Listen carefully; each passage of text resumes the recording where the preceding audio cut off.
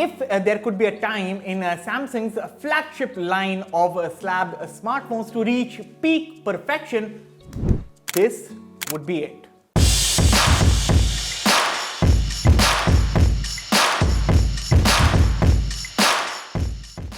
Hello everyone, I'm here for Fiiber by India Today and welcome to my review of the Samsung Galaxy S24 Ultra. So when it comes to slab phones, there is no other phone on the market which is as good and as complete as this model right here, the S24 Ultra. I mean, this phone has it all: a timeless design, a top tier display, a big battery, solid performance, good thermal management, excellent cameras and the mighty S Pen. However, for everything great on offer, there's a good enough price to pay for this thing, which begs me to ask the question that should you buy the Galaxy S24 Ultra with your hard-earned cash?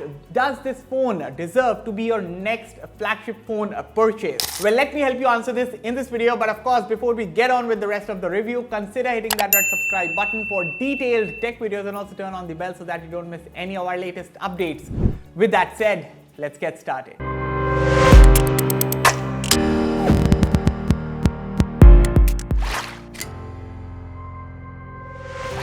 Now, I've already done a quick review of the Galaxy S24 Ultra based on my 7 days of use. If you haven't watched that video already, you can click on the card above and check that one out. So I've been using the Galaxy S24 Ultra for a good while now, and it's not like I'm saying this in a cliche manner, but this is the best Samsung flagship phone that I have ever used. First of all, I love the design of this smartphone. Yes, it is similar to the S23 Ultra or even the S22 Ultra, but the design is not just limited to looks. With the S24 Ultra, Samsung has nailed the ergonomics considering this is a large phone. Weight distribution is bang on. The subtle curves on the titanium frame help with the grip, although I won't deny that sometimes if I wasn't mindful, the phone could have easily slipped out of my hand. Okay, the titanium frame here reminds me of the iPhone 15 Pro series, of course, but unlike Apple's offering, this one is not a smudge fest, and I can say this with confidence, it handles fingerprints and smudges pretty well. Moving on, the bezels are slim, they are symmetrical, something that I also mentioned in my earlier video. However, what's really impressive is the Gorilla Glass armor protection, which is holding up very fine when it comes to resisting scratches. Again, the anti-reflective coating that you get here on top might sound like a gimmick, but it's actually working, guys. I mean, keep the S24 Ultra side by side with any smartphone and I am sure the difference is noticeable in harsh lighting. Other than this, the ultrasonic fingerprint reader is the fastest fingerprint authentication system on any smartphone, and unlike optical fingerprint readers, it works even if your fingers are wet. Alright, other than the design, it's the display that I like the most because that's where the magic happens. Watching videos, playing games or using the onboard AI features, every interaction happens on this gorgeous 6.8-inch corner-to-corner AMOLED display, which is bright, vivid, has a 120Hz refresh rate, and honestly, there's nothing to complain about here. In fact, HDR content, both while consuming videos or while simply looking at the photos in the native gallery app, pops with superb levels of color and vibrancy. Also, probably the most underrated thing to happen to the Ultra's display this year is that it is flat and it is great news. Now, one con, if I may point out, is the lack of a higher rated PWM dimming that we usually get these days on many mid-range smartphones. Of course, I don't have the exact tools to quantify this, but if a phone like Honor 90, which is a mid-range device that can have a 3840 Hz PWM dimming for safer viewing, then I think that big companies like Samsung and Apple should also start including this feature in their future flagship offerings. Alright, the key highlight of the S24 series is the on-device AI features, and what powers all of it is One UI 6.1 software at the core atop Android 14. Now, a huge shout out to the 7 years of updates for the entire Galaxy S24 line, similar to how Google has done for the Pixel 8 series. Now, I'm sure many folks out there don't use their phones on an average like more than 2 years or 3 years tops. But if you're not one of them, then this news is amazing. So back to the AI features, and how all of this works is that the features are powered by a combination of the phone's own processing power and the cloud. A couple of my favorite additions, that is circle to search and the generative AI features in the gallery app, are very useful and easy to use. Other features like call assist, which allows you to speak in other languages with people in real time, or live translation via the Samsung keyboard, are also pretty cool to have, although I don't see myself using these frequently. Now, apart from the good stuff, there's some concerning news. So Samsung says that by the end of 2025, we may be charged for all of these AI features.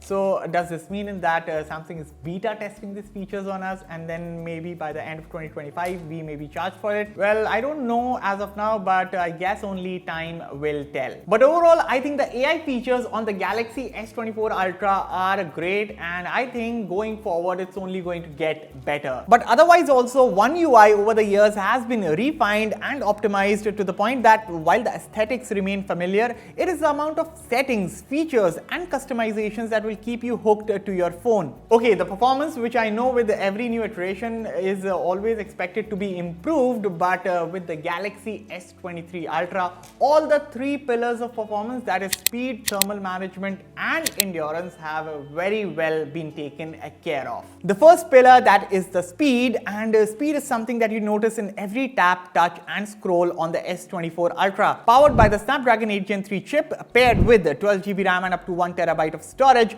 the benchmark numbers including Antutu, Geekbench and 3D Mark are right up there. There's a chart on your screens, you can pause and take a look. And similar to the benchmark scores, the real world performance of this phone is fast, fluid and snappy. RAM management is solid, with most apps staying at the place where you last left them.